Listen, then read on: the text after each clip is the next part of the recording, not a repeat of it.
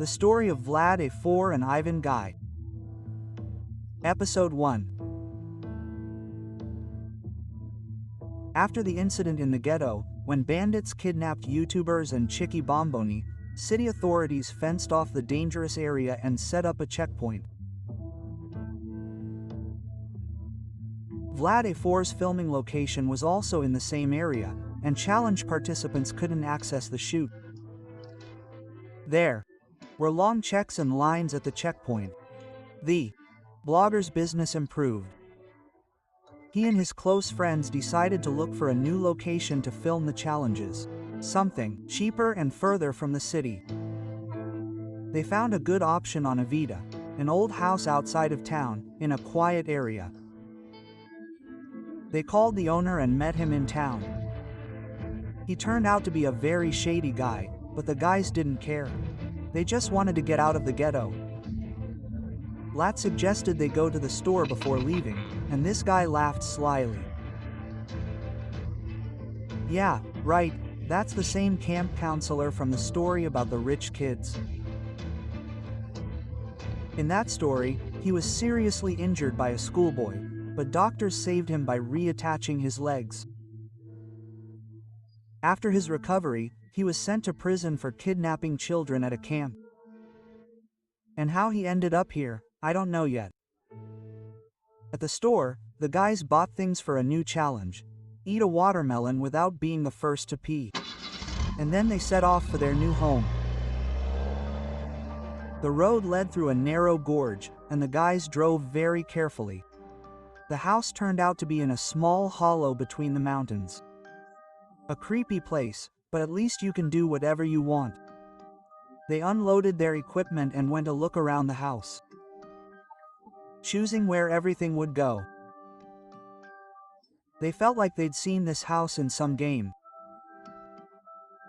After visiting almost every room, they were struck by its filth and age. It looked like some kind of homeless hangout.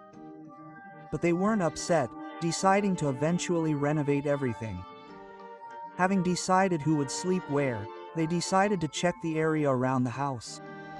In the backyard, they found a lot of strange things. This really surprised them. Chop off your hand. Glent noticed a bulldozer nearby, and they went to inspect it. The bulldozer was parked near a cemetery. It was clear this expensive piece of equipment hadn't been abandoned there for no reason. Something had happened while it was working. There was dried blood on the driver's seat. Had this bulldozer really tried to demolish the cemetery? Why had they inspected all this, and now they were feeling uneasy? The owner of the house hadn't told anyone about this cemetery or the mysterious bulldozer. It was already getting dark. And the guys had to come to terms with what they had seen and go into the house. There they discussed tomorrow's business and went to their rooms.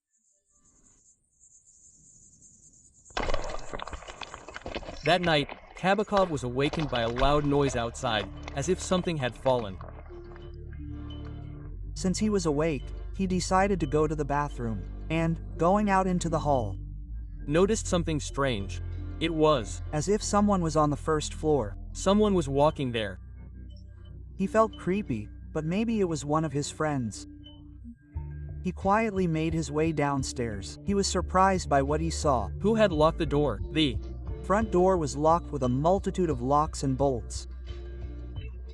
He thought the boys were trying to play a prank on him. So he went into the kitchen. But the kitchen was in chaos. Kabakov ran in and ran up to the second floor. There he ran into Glent's room. Glent was half asleep. Glent didn't understand what his friend was shouting at him. "What are you doing?" But then he came to his senses and started laughing at them. Suddenly, a strange laugh was heard. What kind of laugh was that? And the boys held their breath. The laughter was getting closer. And they hid in fear. The door to the room opened, and they saw a strange old woman with a club. She stood there for a moment, looked around the room, and left. Glent and Kabakov crawled out of their hiding places and decided to go to Vlad's room. Vlad was sleeping peacefully.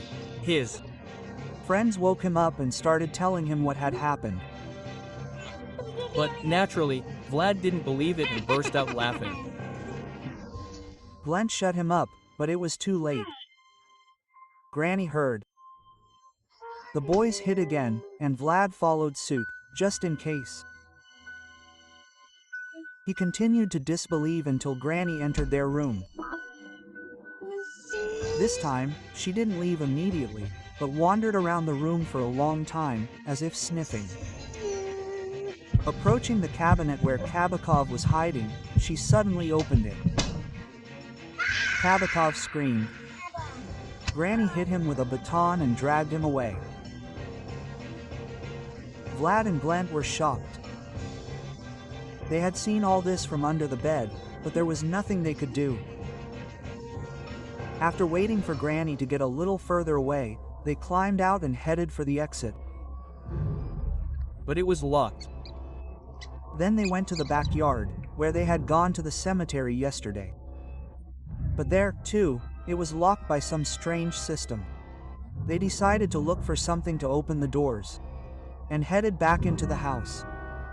On the second floor, they split up. Vlad went to the attic, and Glent went into some strange passage behind some drawers. There, he found a drawer. After searching a chest of drawers nearby, he found a key. This key didn't fit the iron drawer. Then Glent went even lower. There was a hammer on the table. The hammer would come in handy. Glent grabbed it and went even lower. There was some kind of crawl space there. He had to crawl. He ended up in the basement, where he found many interesting things, an electrical panel and a safe. His key worked for the safe. Inside was a pile of money and a pair of wire cutters.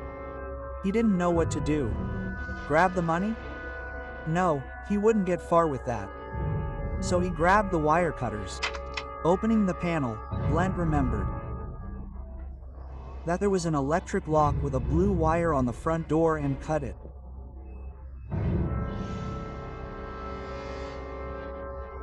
Meanwhile, in the attic, Vlad saw something shocking. The missing blogger, lvanguy, was sitting in a cage. But he couldn't get close to him because of the hole in the floor. Vlad was very surprised and started asking him what he was doing there.